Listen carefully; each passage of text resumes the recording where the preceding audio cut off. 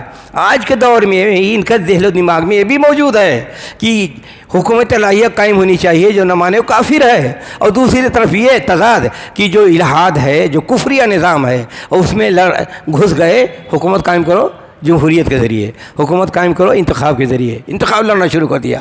پاکستان میں مودودی پہنچے، پہلے کہتے تھے اگر پاکستان بنے گا تو ہندو بھارت سے زیادہ ناپاکستان ہوگا، ناپاک ملک بنے گا، اور یہ کہ جمہوریت کو کہتے تھے اشد حرام ہے، سب سے حرام ہے۔ وہاں پہنچے تو انتخاب لڑنے لگے، اور اتنا انتخاب لڑنے لگے، پھر اس کے بعد اتنا زیادہ اس میں غلو ہو گیا کہ 1957 میں تمام 200 علماء ان کا ساتھ چھوڑ کے بھاگ گئے۔ کہا کیوں انتخاب لڑ رہے جو کوئی آپ کو ووٹ ہی نہیں دیتا ہے، اور ساری ضمانت ضبط ہو جاتی ہے۔ 200 علماء نکل گئے، صرف جوہلا رہ گئے یا سیکولر ملا رہ گئے۔ اس کے بعد سے اب تو انتخاب چل رہا ہے۔ تو تضاد دیکھو، ایک طرف کافر قرار دیتے تھے، مباح الدم قرار دیتے تھے، اگر حکومت الہیہ نہیں ہے، اسلامی حکومت نہیں ہے، اور شرک فی الحاکمیت تھی، اور اس کے بعد نظام کفر کو، جمہوریت کو، سیکولرزم میں انتخاب لڑنا شروع کیا ہر جگہ، اور انتخاب لڑتے رہتے ہیں۔ یہاں بھی ان کی پارٹیاں ہیں، یہاں بھی جماعت اسلامی یا ان کے چوزے یا ان کے افراق یا ان کے آف شوٹ یہاں بھی ہیں۔ ایک ویلفیئر پارٹی قائم رکھی انہی لوگ، ویلفیئر پارٹی بنا رکھی انہی لوگوں نے، تو اس میں الیکشن لڑنے کے لیے کبھی اورنگ آباد سے لڑنے کی کوشش کرتے ہیں، کبھی مرشد آباد سے لڑنے کی کوشش کرتے ہیں، اور یہ کہ اس میں سب سے بائیکاٹ تھا، اور اس میں بنایا ہے تو اس کا وائس پریزیڈنٹ وہ ہے کرسچین ہے، پریزیڈنٹ ان کا اپنا آدمی ہے، اور وائس پریزیڈنٹ ہمارے جماعت کے ایک بیوقوف مولوی صاحب تھے، انتقال کر کے اللہ مغفرت کرے، وہ بھی اس میں گھسے رہتے تھے۔ تو یہ اگر مرشد آباد میں اہل حدیثوں کی اکثریت تھی تو ان کو وہاں سے الیکشن لڑوانا چاہتے تھے، ہم لوگوں نے ڈانٹ کر کے ان کو روکا، بند کرا، ان کا کیا بیوقوفی کرنے جا رہے ہو، ان بیوقوفوں کے چکر میں پڑ رہے ہو۔ تو یہ یہاں ایک ویلفیئر پارٹی قائم ہے، اسی کی آف شوٹ یہ بھی ہے، یہ پاپولر فرنٹ، یہ بھی الیکشن لڑتی ہے، اسی کا آف شوٹ ہے، یہ مودودی آف شوٹ ہے۔ یہ بھی یہ پہلے ایس آئی ایم لوگ تھے، جب ایس آئی ایم پر پابندی لگ گئی تو 4-5 گروپ بن گئے، تو اس میں ایک ویلفیئر پارٹی بن گئی، ایک ایس آئی او کو بنا لیا، اور ایک یہ پاپولر فرنٹ بن گئے، اور ایک دوسرے لوگ ایک الگ نام سے علی خوان کے نام سے ایک بن گئے، اور ایک ایک اور 5-6 گروپ بن گئے. یہ سارے افشوٹ جو کل سب کو کافر کرا دیتے رہتے تھے، اب ڈھنگ سے سماج و معاشرے میں بیٹھ کر کے لڑانا، فتنہ پھیلانا، جھگڑے کرنا، یہ ساری چیزیں ہو رہی ہیں. تو انسان جب صحیح دین کو چھوڑ کر نظریاتی دین اختیار کرتا ہے، وہ کتاب و سنت کی تعلیم کے بجائے اپنے ڈھنگ سے اپنے نظریے بناتا ہے اور اپنے پسند و چوائس کے مطابق دین بنا لیتا ہے، تو اس کو کہاں کہاں جھیلنا پڑتا ہے، کتنے رنگ دکھاتا ہے، کتنے ناٹک کرتا ہے، کتنے ڈرامے کرتا ہے، وہ ساری چیزیں ہوتی رہتی ہیں. اور اس کے باوجود ان کو شرم نہیں آتی کہ اتنا مروا دیا، اتنا کٹوا دیا، کبھی شرک کہہ رہے ہو، کبھی حلال حرام کہتے ہو، کبھی واجب کہتے ہو حرام کو، ساری چیزیں ہو رہی ہیں، پھر بھی ان کی عقل میں نہیں آتی ہے. پھر بھی ان کو دیکھو جتنے ہیں، ہر ایک ان کے جتنے ہیں، ہر ایک کہتے ہیں کہ بھئی ہم شعوری مسلمان ہیں، بقیہ سب روایتی مسلمان ہیں. شعوری روایتی مسلمان سمجھے کہ ہم سمجھ بوجھ کے اسلام پڑھتے ہیں، اور لوگ تو اپنے پیدائشی مسلمان ہیں، گھر میں اسلام تھا اسی مطابق چل رہے ہیں. شیخیاں، یہ جو خارجیت کا کنسپٹ، اچھا پہلے والے خارجی اتنے تھے، پہلے والے خارجی جتنے تھے جو جانتے تھے اس کے لیے مر مٹتے تھے، وہ کسی سے کمپرومائز نہیں کرتے تھے. یہ آج کے خارجی بھی دوگلے قسم کے ہیں. ایک طرف کہیں گے تو دوسرے کا یہ الیکشن لڑنا حرام ہے، ووٹ دینا حرام ہے، اور یہ شرک فی الحاکمیت ہے، اور اہل حدیثوں کو تانا دیتے رہتے تھے کہ دیکھو الیکشن میں ووٹ دیتے ہیں سب مشرک ہیں. اور اب یہ ان کے لیے واجب ہو گیا، ہر جگہ جہاں دیکھو وہاں آگے آگے گھومتے ہیں کہ ہمیں ووٹ دے دو، ہم اسلامی حکومت قائم کریں گے. اب کہتے ہیں وہ جمہوریت جو اشد حرام تھی، اب کہتے ہیں اسلامی حکومت قائم کرنے کے لیے واحد ذریعہ یہی ہے کہ الیکشن لڑا جائے. کیا کہیں گے اس کو بھائی؟ اچھا، جب آدمی خارجیت اختیار کرتا ہے تو کبھی زیرو بن جاتا ہے، کبھی ہیرو بننے کی کوشش کرتا ہے. ہیرو بننے کی کوشش کی تو کہا سب سے بائیکاٹ ہونی چاہیے، سب گمراہی میں ہیں، سب جاہلیت میں جا رہے ہیں. اور جب زیرو بننے کی بات ہوئی تو یہاں کہ آؤ ہمیں ووٹ دے دو، آپ مشرک صاحب آپ بھی ہمارے گلے لگ جاؤ، کرسچن صاحب آپ بھی گلے لگ جاؤ ہمارے، اور ملحد صاحب آپ بھی لگ جاؤ، جتنے ہو سب ہمارے گلے لگ جاؤ، ہمیں ووٹ دے دو. کیا مسئلہ ہے؟ کیا دین ڈرامہ ہے؟ تو یہ آدمی، یہ آج کے یہ جتنے ہیں خارجی، یہ ڈرامہ باز بھی ہیں، یہ دوگلے بھی ہیں. پہلے کے خارجی تو کلیئر ہوتے تھے، ان کے ہاں نو کمپرومائز، جو جان لیا اس کے لیے جان دینے تیار ہو جاتے تھے. جو چیز جان لیا چاہے صحیح ہو یا غلط، لیکن جس کو سمجھ لیا کہ نہیں یہی دین ہے، وہ جاننے کے لیے تیار ہوتے تھے. لیکن آج کے یہ سب شیخی باز یا ایسے خارجیوں کے بارے میں اللہ کے رسول نے بیان فرمایا کہ ان کی پہچان کیا ہے؟ صفاء الاحلام عادات الاسنان. اس کو میں اپنی زبان میں کہتا ہوں لونڈے اور سرفرے. صفاء الاحلام لونڈے، سرفرے عادات الاسنان لونڈے. یہ لونڈے اور سرفرے، بوڑھا بھی ہوتا ہے وہ بھی لونڈے اور سرفروں کی طرح حرکات ہوتے ہیں، اس کی سوچ، اس کی بات، اس کی گفتگو، اس کے طور طریقے سارے اسی ڈھنگ کے ہوتے ہیں. تو یہ ایک کہانی ہوتی ہے. ان کے بارے میں یہ ہے، خارجیوں کی ایک پہچان یہ بھی ہوتی ہے کہ بڑے مغرور ہوتے ہیں، اپنے دین کو، اپنی سمجھ کو سمجھتے ہیں سب سے ہائی ہیں، بقیہ سب بیکار ہیں. یہی ان کی کہانی ہے. اچھا، انہوں نے جب یہ صورت اختیار کی، خارجیت کے پوائنٹ پر چلے اور حکومت الہیہ ان الحکم اللہ کا نعرہ لگایا، تو جتنی خرابیاں ہوتی گئیں اس کے ساتھ ساتھ اور جتنے ان خارجیوں کی خرابیاں گمراہیاں تھا سب ایکسیپٹ کرتے چلے گئے. پہلے کے خارجی جتنے تھے، حضرت عثمان رضی اللہ عنہ کے زمانے میں جو پیدا ہوئے، پھر حضرت علی کے زمانے میں بہت بڑا گروپ بن گیا، تو وہ کہتے تھے 4-5 صحابی مسلمان ہیں، بقیہ سب کافر ہو گئے. سب کو کافر قرار دیتے تھے 4-5 مسلمان کو چھوڑ کر کے، کہا بقیہ سب کافر ہیں. یہ بھی وہی کرتے ہیں کہ سب کافر ہیں. اچھا، وہ حدیث کو نہیں مانتے تھے. یہ بھی ان کے یہاں بھی یہی صورت حال ہے کہ حدیث کی بات سنو تو جیسے ان کو الجھن ہو لگتی ہے، کہاں پیش کر دیا. حتیٰ کہ مودودی کی خرافتی باتوں کو بھی اہمیت دیں گے رسول کرام صلی اللہ علیہ وسلم کی حدیث پر. تو وہ جیسے اس زمانے میں انکار حدیث تھا، انکار صحابہ تھا، ان کے یہاں بھی انکار صحابہ ہے. اور مودودی کی کتاب خلافت ملوکیت سب سے زیادہ گمراہ کن کتاب، گھٹیا کتاب، افسانوی کتاب ہے. آدمی اگر سمجھ بوجھ نہ ہو اور پہنچ نہ ہو کسی چیز کی، تو کہیں ادھر لے لیا ایک روایت، کہیں ادھر لے لیا ایک روایت، پتہ نہیں اس کو کہ صحیح ہے کہ غلط ہے، اور ایک افسانہ کھڑا کر دیا. وہی افسانہ کھڑا کیا اس آدمی نے. ان کی ایک کتاب ہے مودودی کی، تجدید احیاء دین. اس میں جناب کہتے ہیں، خارجیت بولتی ہے، کہتے ہیں کہ یہ حضرت علی، حضرت عثمان اپنی جان دے کر بھی اسلامی سیاست کو نہیں بچا سکے، اور اس زمانے میں اسلامی سیاست مکمل جاہلیت کی طرف لوٹ گئی. جاہلیت سمجھ رہے ہیں؟ یعنی نبی اکرم صلی اللہ علیہ وسلم کے نبی ہونے سے پہلے جو اصول ضابطے قاعدہ قانون تھا عرب والوں کا، جاہلیت، اس کو جاہلیت قرار دیا گیا ہے. تو کہو سب جاہلیت کی طرف لوٹ گئے، حتیٰ کہ مسلم سماج و معاشرہ سب جاہلی ہو گیا تھا. یہ کیا ہے؟ یہ بھی خارجی. صحابہ ان کی نگاہ میں نہیں آئے، صحابہ ان کی نگاہ میں نہیں، خارجیوں کے 4-5 کو چھوڑ کر سب کافر قرار پائے. اچھا، خارجیوں میں اور شیعوں میں ہمیشہ آپس میں دونوں ساتھی رہے. خارجی اور شیعہ ایک ساتھ پیدا ہوئے حضرت عثمان کی مخالفت میں اور ایک ساتھ پلے بڑھے ہیں. تو آپس میں ان کے عقیدے حدیث کے سلسلے میں، صحابہ کے سلسلے میں، عقائد کے سلسلے میں دونوں ایک ساتھ رہے ہیں ہمیشہ. تو ان کے ہاں خارجیت کے ساتھ تشیع بھی پیدا ہو گیا، رافضیت، خلافت و ملوکیت. یہ اس کی تشیع کی، رافضیت کی سب سے بڑی حمایت والی کتاب ہے. اسی لیے شیعہ اس کو خوب تقسیم کرتے ہیں، بانٹتے ہیں اور بہت پسند کرتے ہیں. اور اسی کتاب کی بنیاد پر شیعوں نے ہمیشہ جماعت اسلامی کو اپنا بھائی قرار دیا. ادھر انہوں نے سید قطب نے بھی کتاب لکھی اسی ٹائپ کی عربی میں، عدالت الاجتماعیہ، اسی ٹائپ کی.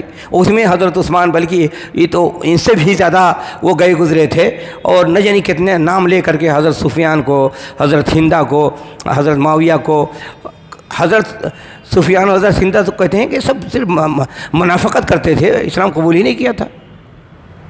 جبکہ رسول اکرم صلی اللہ علیہ وسلم نے ان کو اپنے زمانے میں حضرت ہندہ کو، حضرت سفیان کو معاف کیا اور ان کے اخلاص کو قبول کیا. اور حضرت ابو سفیان کو باقاعدہ جہاد کے لیے جو مختلف جگہوں پر گئے تو ان کو کبھی کمانڈر بھی بنا کے بھیجا. یہ سب کچھ ہوا. لیکن یہ کہتے ہیں کہ نہیں، یہ سب تو منافق تھے، دکھاوے کرتے تھے، اصل میں تو جاہلیت کے طور طریقے پر تھے. تو اتنے گئے گزرے لوگ کہ جو کنسیپٹ شروع کیا انہوں نے خارجیت کو پکڑا، تو سارا عمل، عقیدہ، نظریہ، خیال، باتیں، بیانات، تو یعنی ان کے سوچ بچار سب وہی ہو گیا اور وہی ساری چیزیں. اور ایکسٹرا یہ کہ یہاں پر انہوں نے آج کے زمانے کے جمہوریت کو بھی اختیار کر لیا، سیکولرزم کو بھی اختیار کر لیا. جو سیکولرزم یہ کافر نظام ہے، اس کو بھی ایکسیپٹ کر لیا اور آج اسی پر چل رہے ہیں. تو یہ سارے تضاد لے کے ڈھوتے ہیں کہ اسلام کو بھی گلے لگائے ہوئے ہیں، کفر کو بھی گلے لگائے ہوئے ہیں، اور فتویٰ بھی دیتے رہتے ہیں کہ جتنے ہیں جو اس کانسیپٹ کو نہیں مانتے ہیں حاکمیت الہ کا، وہ سارے کے سارے کافر ہیں، اور جتنے حکمراں ہیں کافر ہیں. تو یہی سب ہوتا ہے. الجھنیں اور پریشانیاں اسی وقت پیدا ہوتی ہیں جب انسان دین کو صحیح طور پر سمجھے نہیں اور اپنا ایک نظریہ بنا کر کے قرآن و سنت کے نصوص کو اپنے خیال کے مطابق ڈھالنے کی کوشش کرتا ہے، اور حالات و دباؤ کے مطابق جو اس کا فکر و خیال بن گیا ہے اس کے مطابق دین کو لانے کی کوشش کرتا ہے. تو یہ ساری الجھنیں و پریشانیاں ہوتی ہیں. تو دین کے نصوص کو نہ سمجھنے کا یا دین کو صحیح ڈھنگ سے نہ سمجھنے کا نتائج یہ ہوتے ہیں. اور یہ نتائج آپ دیکھیے، آج دیکھیے ہر شہر میں، ہر گاؤں میں 2 نہ 1 سرفرے مل جائیں گے، لونڈے سرفرے، اور یہی جماعت اسلامی، تحریکیت کیا ہے؟ دنیا کے جتنے بڑے فتنے ہیں سب اس میں آ کر کے مل گئے ہیں اور ساری خرافات اس میں پہنچ گئی. 1979 میں 1979 میں خمینی کا جو انقلاب آیا ایران میں، وہ انقلاب کیا تھا؟ مکمل طور پر شیعہ انقلاب.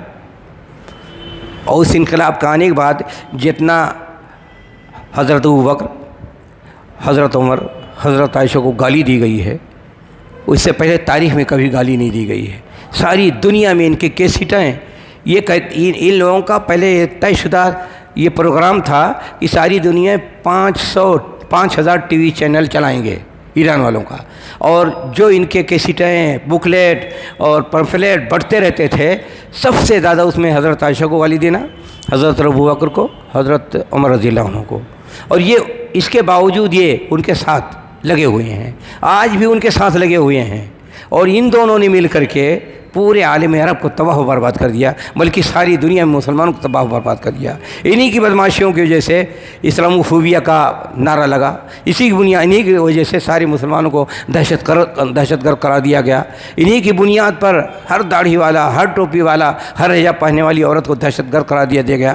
تو ان لوگوں نے جس طرح اپنا رویہ اختیار کیا، جس طرح ان کی سرگرمیاں رہیں اور جس طرح ان کا کنسیپٹ رہا، جن کی طرح دعوت و تبلیغ رہی، اس کے نتیجے میں 90 اور 80 سال تک مسلمانوں نے اتنا جھیلا ہے، اتنے مارے گئے ہیں، خود انہوں نے مارا، اور دشمنوں کو ان کی بدماشیوں کی وجہ سے موقع ملا حملہ کرنے کا، تو آج ہمارے آپ کے سامنے ہے۔ جب سے یہ معاملہ ختم ہوا ہے عراق و ایران، عراق میں عرب بحریہ جو چلا نا، ابھی تک چل ہی رہا ہے۔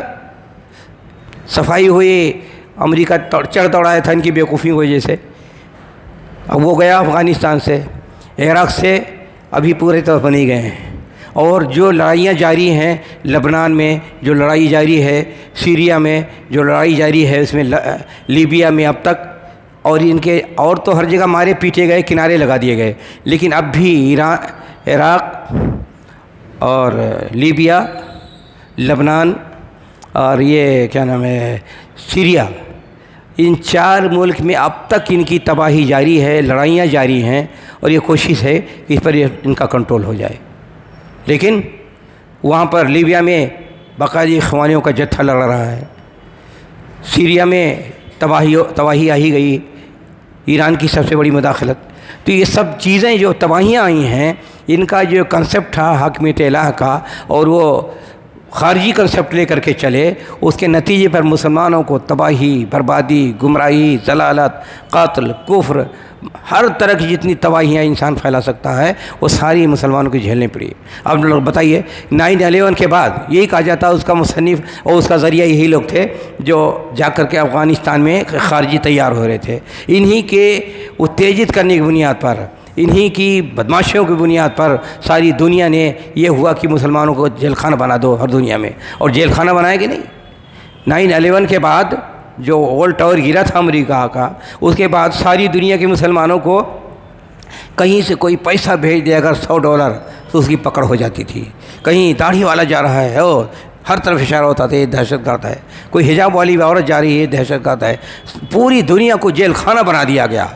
اور اس میں سب سے بڑی بدماشی انہی لوگوں کی تھی جو خارجیت کا کنسیپٹ تھا، اور جس طرح انہوں نے ادھم مچایا تھا، بدماشی مچائی تھی۔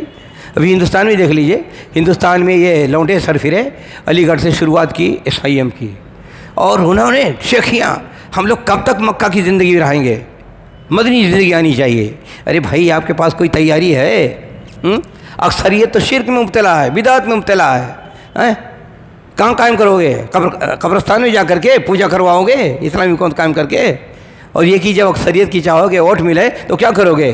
پھر قبر پختہ کمرے بنواؤ گے، اور جو جتنی بدعات و شرکیات ہیں ساری چیزوں کو پروموٹ کرو گے، تبھی تمہاری حکومت قائم رہے گی کیا؟ اگر ہو جائے تو، اور اگر نہیں کرو گے تو پبلک لات مار کے کھینچ دے گی۔ تو یہ عقل بھی نہیں، شعور بھی نہیں، علم بھی نہیں، شرافت بھی نہیں، تواضع بھی نہیں، جتنی خرافات تھیں اس خارجی کنسیپٹ کی بنیاد پر یہ لوگوں نے قبول کر لیا۔ نتیجہ یہ ہوا کہ پورے 14 صدی میں مسلمانوں کو جو سب سے بڑا فتنہ آج ملا ہے، یہی سب بڑا فتنہ ہے تاریکیت کا، خارجی کنسیپٹ کا۔ اچھا، خارجیت کے بارے میں رسول گرامی صلی اللہ علیہ وسلم بیان فرمایا، آپ کے زمانے میں منافقین تھے، منافقین کے بارے میں کہا، اللہ تعالیٰ نے بیان فرمایا ان المنافقین فی الدرک الاسفل من النار۔ خارجی اس زمانے میں نہیں تھے، لیکن بتا دیا پہلے ہی کہ کیا فتنے آنے والے ہیں۔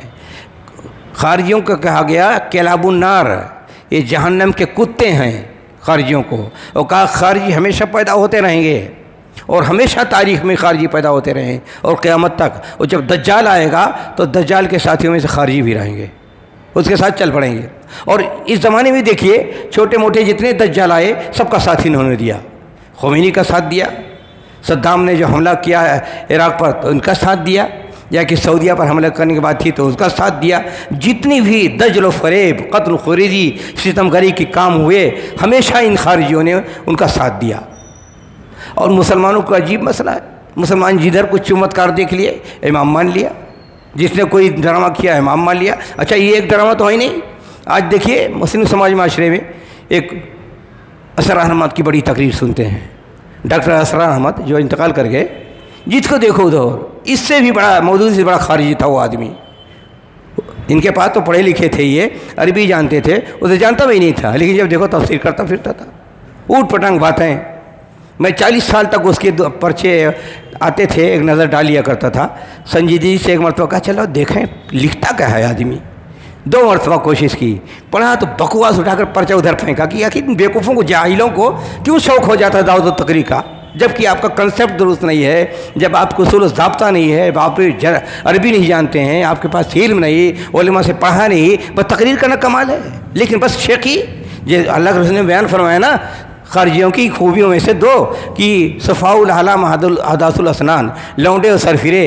یعنی عقل کی بات ان کو نہیں سوچے گی, فکر و فراست نہیں رہے گی, بس وہ جذباتی باتیں, جذباتی خیال اور سطحی باتیں, سطحی خیال اور شیخی کہ ہم سے بڑا کوئی قابل نہیں, ہم سے بڑا کوئی اچھا نہیں. اور سیکولر ملا, کم علم عقل لوگ تالی بجاتے رہے, بہت بڑے خطیب, بہت بڑے خطیب, بہت بڑے خطیب. ان لوگوں نے صرف تباہی پھیلائی ہے, مسلم سماج و معاشرے کو گمراہی دی ہے, جذبات سے کھیلا ہے, لوگوں کو بانٹا ہے, اور صحیح بات کے کہنے کے بجائے ہمیشہ غلط بات کی. جتنا دجل و فریب بات تھی اس کی حمایت کرتے رہے. اسی کے ٹائپ کا ایک وحید الدین خان صاحب ہیں, وہ بھی جدھر دیکھو ادھر ان کے ریئیکشن میں مودودی کے ساتھ تھے, پھر اس سے الگ ہو گئے. الگ ہونے کے بعد ان کا یہ نہیں کہ اسلام تو صرف فرد کی اصلاح کے لیے آیا ہے. قرآن شریف کا ترجمہ کیا انہوں نے, اس میں پیش لفظ ہے, اس میں لکھتے ہیں جناب کہ اسلام فرد کی اصلاح کے لیے آیا ہے. وہاں نہ سماجی نظام ہے, نہ اجتماعی نظام ہے, نہ تعلیمی نظام ہے, نہ معاشی نظام ہے. اس کے لیے اسلام تھوڑا آیا ہے, فرد کی اصلاح کے لیے آیا ہے. یعنی سیکولرزم کی طرف وہ آ گئے. وہاں یہ تھا خارجیت کہ سب کافر ہیں, انہوں نے کہا نہیں سب غلط ہے, صرف فرد کی اصلاح ہونی چاہیے. یعنی سیکولرزم, اپنے فرد کی بات کرو, باقی جیسے نظام ہے دنیا کو اسے چلاؤ. کیا تماشے ہیں, کتنے بھی ڈھونگی آدمی کے کتنے ماننے والے موجود ہیں آج تک. پڑھنا لکھنا نہیں, غور نہیں کرنا, علماء سے رجوع نہیں کرنا, من مانی جدھر جہاں نوجوان بھاگا جا رہا ہے, سرفرے بھاگے جا رہے ہیں. یہ جتنے ہیں یہ جو ملت کے دشمن, دین کے دشمن, جوہلا, جو شیخی باز, مکاری, عیاری, منمانی اپنے فیصلہ کرنے والے, جو سسٹم ہے اس طرح دین کو سمجھنے کا, دین کو سمجھانے کا, علماء سے رجوع کرنے کا, جو اصولی کتابیں ان کو سمجھنے بوجھنے کا صلاحیت نہیں, جانتے کچھ نہیں, لیکن نعرے بازی کی بنیاد پر تباہ و برباد کر دیا. کم سے کم جتنے دھماکے کے تھے انہوں نے ایک ہی سال کے اندر 8-10 دھماکے کیے. 40,000 مسلم نوجوان ہندوستان میں جیل میں گئے, ان کی زندگی برباد ہو گئی. اور اس پر بھی ان کو شرم نہیں آتی شیخی کہ بڑے قابل ہیں, دین کے ٹھیکیدار ہی ہیں, دین کے اللہ تعالیٰ نے ان کو جیسے ایجنٹ بنا کے بھیجا ہے کہ جا کر کے سارے ہندوستان میں یہی لوگ دین کی حمایت کریں گے. جبکہ ان کا وضو کا طریقہ نہیں جانتے, معمولی عقائد کے مسائل کو نہیں جانتے, لیکن بس ہی نعرے بازی, سیاسی اسلام, نظریاتی اسلام. اسلام نظریاتی نہیں ہے, اسلام اللہ کا پیغام ہے. اس کو پڑھنے کا, اس کو سمجھنے کا, اس کو عمل کرنے کا, عقیدہ بنانے کا اپنا ایک اصول ہے, ضابطہ ہے. 1400 سالوں سے اصول و ضابطہ چل رہا ہے, اور جو اسے بغاوت کرتا ہے وہ صرف خارجی بنتا ہے. اور خارجیت گمراہ فرقوں میں سب سے خطرناک چیز خارجیت ہے اور خارجی ہے. لیکن مسلمان سمجھنے کی کوشش نہیں کرتے ہیں. اور ان کو تو چاہیے, اگر ان کے پاس خود اتنا نقصان پہنچا ہے ملت کو کہ پوری 14 صدیوں میں اتنا نقصان کسی نے نہیں پہنچایا ہوگا جتنا ان لوگوں نے نقصان پہنچا دیا ہے. لیکن آج بھی ان کو شرم نہیں آتی ہے, آج بھی ان کو توبہ کی توفیق نہیں ملتی ہے, آج بھی اپنی شیخی چھوڑنے کے لیے تیار نہیں ہیں, آج بھی اپنی دعویداری چھوڑنے کے لیے تیار ہیں. نخرے ان کے عجیب ہوتے ہیں, بات کریں گے ایسا لگتا ہے جیسے انہیں کو اللہ تعالیٰ نے خاص طور بھیجا ہے اسلام کا ٹھیکیدار بنا کر کے. ایسے ڈھنگ سے گفتگو, ایسے گھنٹے شین کا آپ سے باتیں, ایسے انداز سے سازشی گفتگو, ایسے کاٹ چھانٹ سے گفتگو, یہ ساری چیزیں ہوتی رہتی ہیں. یہ کب تک چلے گا؟ ان لوگوں کو اپنے آپ کو توبہ کر لینی چاہیے اور سارا کام چھوڑ کر کے ملت کا حصہ بن جانا چاہیے. اپنی الگ ان کو پہچان بنانا, الگ جماعت قائم کرنا ان کے لیے حرام ہے. یہ صرف تباہی گمراہی پھیلا سکتے ہیں, یہ معمولی اصول و ضابطوں کو بھی نہیں جانتے ہیں. اور یہ کل یہی ہے کہ جب انسان کا بنیاد غلط ہوتی ہے جب انسان کی کوئی بنیاد رکھے گھر کا اور ٹیڑھی ہو تو دیوار اٹھائی جائے گا، ٹیڑھی تو جائے گی۔ تو ان کا جو کنسیپٹ شروع سے خارجیت کا ہے، تو جتنا ان کا عمل ہے، عقیدہ ہے، تنظیم ہے، سوچ وچار ہے، کتابیں ہیں، دعوت و تبلیغ ہے، ان کی بھاگ دوڑ ہے، ساری کی ساری امت کی تباہی کا سامان بنی، اور تباہی کی جتنی شکلیں ہو سکتی ہیں ساری تباہیاں مسلمانوں کو جھیلنی پڑی، برداشت کرنی پڑی۔ اب جا کر کے مسئلہ ٹھنڈا ہوا ہے، تو اب جا کر کے ان لوگوں کو تھوڑا ان کی بازار ٹھنڈی ہوئی ہے اور ان کی دکانیں ٹھنڈی ہوئی ہیں۔ لیکن خارجیت بسا اوقات ایک ہی 10 سال کے اندر 10 جگہ نکل سکتی ہے، ہمیشہ اس کا ڈر رہتا ہے۔ اللہ کے رسول صلی اللہ علیہ وسلم کی خارجیت کے سلسلے میں جو حدیثیں ہیں اس کو پڑھیے تو خارجیت ڈھنگ سے نکل سکتی ہے، 10 فرقے نکل سکتے ہیں خارجیوں کے، 10 جگہ سے نکل سکتے ہیں، اور قیامت تک یہ چلتا رہے گا۔ اس فتنے کو سمجھنا جاننا ضروری ہے۔ اس وقت سب سے بڑا فتنہ مسلمانوں کا یہی جدید خارجیت ہے، اور یہ جدید خارجیت میں اسلام کو صحیح نہیں سمجھیں گے، شیخی رہے گی، غرور رہے گا، دواداری رہے گی، اور کیا نام ہے جذبات سے کھیلنے والی بات ہوگی، نعرے رہیں گے، ہڑبونگ رہے گا، یہی سی چیز تو ان کی پہچان ہے۔ 4 آدمی ہیں پھر بھی نعرے بازی، پھر بھی بیان بازی، پھر بھی ہورڈنگ، پھر بھی جلوس نکالنے کی باتیں، سب کیا ہیں؟ اسلامی نقطۂ نظر سے ساری چیزیں حرام ہیں، یہ ساری سرگرمیاں اسلامی نقطۂ نظر سے حرام ہیں۔ یہاں یہ ہے کہ بھئی ایک سنجیدہ انسان بنو، باوقاری انسان بنو، آپ صرف اپنی ذات کے لیے نہیں ہیں، پوری انسانیت کے لیے آپ خیر خواہ ہیں، پوری انسانیت کے لیے آپ مبلغ ہیں، پوری انسانیت کے لیے آپ ہادی و رہبر ہیں۔ یہ اپنی حیثیت سمجھتے نہیں ہیں، ایک سڑک چھاپ باتیں، سڑک چھاپ کام، سڑک چھاپ رویے، سڑک چھاپ بات، سب کچھ سڑک چھاپ۔ تو دوسروں میں تو اصل یہی ہے کہ اس زمانے کی برائیاں اور آج کی برائیاں سب کچھ ملا کر کے ایک مکس اپ انہوں نے تیار کیا ہے، سیاسی اسلام کا، تاریخی اسلام کا، نظریاتی اسلام کا۔ تو سمجھدار لوگوں کے لیے ضروری ہے کہ ان مسئلے کو سمجھیں، جانیں۔ ایسا نہیں ہو کہ بس جو کہتے ہیں بھاگتے چلے جاؤ، ان کے پیچھے بھاگتے چلے جاؤ ان کو۔ اور عام طور پر نوجوانوں کے لیے بڑی کشش ہوتی ہے، جذبات ہوتے ہیں نا، نعرہ کوئی دے دیا، نعرہ لے کے چل پڑے، تو نعرہ بازی اسلام میں کوئی گنجائش نہیں ہے۔ یہاں ہر لفظ اسلام کے مطابق ہونا چاہیے، ہر جذبہ اسلام کے مطابق ہونی چاہیے، ہر سوچ اسلام کے مطابق ہونی چاہیے۔ یہ آزاد نہیں ہے جو آدمی، اچھا یہ جو تنظیمیں بنتی چلی جاتی ہیں، ادارے کھلتے چلے جاتے ہیں، کہ یہ آسان ہے، اسے اس کی گنجائش ہے۔ ہر چیز، یہ بھی اگر کوئی ادارہ بنے، اگر کوئی تنظیم بنے، اگر کوئی چھوٹا سے چھوٹا کام ہو تو اس کے لیے وہی اہل حل وقت سے اجازت لینی پڑے گی۔ اہل شورا یہی ہر جگہ مؤثر ہیں، ہندوستان میں بھی وہ تو اہل شورا اسلامی خلافت بھی قائم کرتے ہیں، لیکن اقلیات جہاں ہیں وہاں بھی ان کا کام یہ ہوگا۔ مثلا اگر کسی گاؤں میں کوئی آدمی مسجد بنانا چاہتا ہے، مدرسہ بنانا چاہتا ہے، ویلفیئر کا کام کرنا چاہتا ہے، تو کوئی بھی لنگڑا اٹھے گا بنا دے گا؟ لیگلٹی حاصل نہیں ہو سکتی ہے جب تک اہل حل و عقد کی اس میں شمولیت نہ ہو، ان سے اجازت نہ ہو۔